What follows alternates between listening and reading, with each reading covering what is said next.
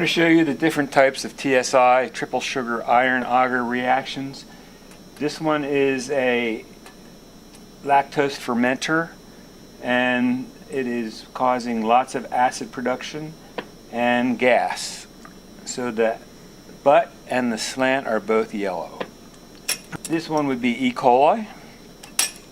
This one is a salmonella, and the characteristics of the salmonella are that most of them produce some H2S, and in this case we are producing a slight amount of H2S, which shows as blackening in this tube.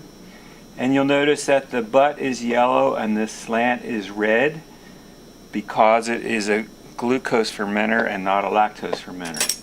And in this case here we have Salmonella paratyphi B, and it also is a glucose fermenter, a non-lactose fermenter.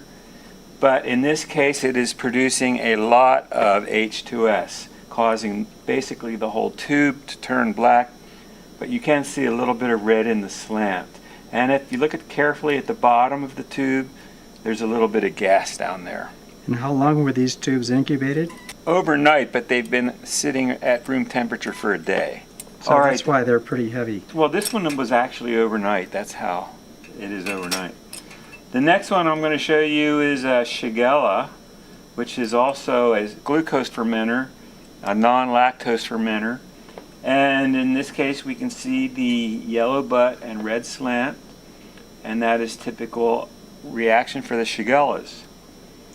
And in this case we have a Proteus, which is a sucrose fermenter, and there's a lot of sucrose in the TSI agar, and that's why you're getting full coverage of the, well, you can't see it, but the acid production. But the H2S production is overtaking everything in the tube, and it's black. The whole tube is black basically, excepting for a little bit of red in the slant, which you can see if you look carefully.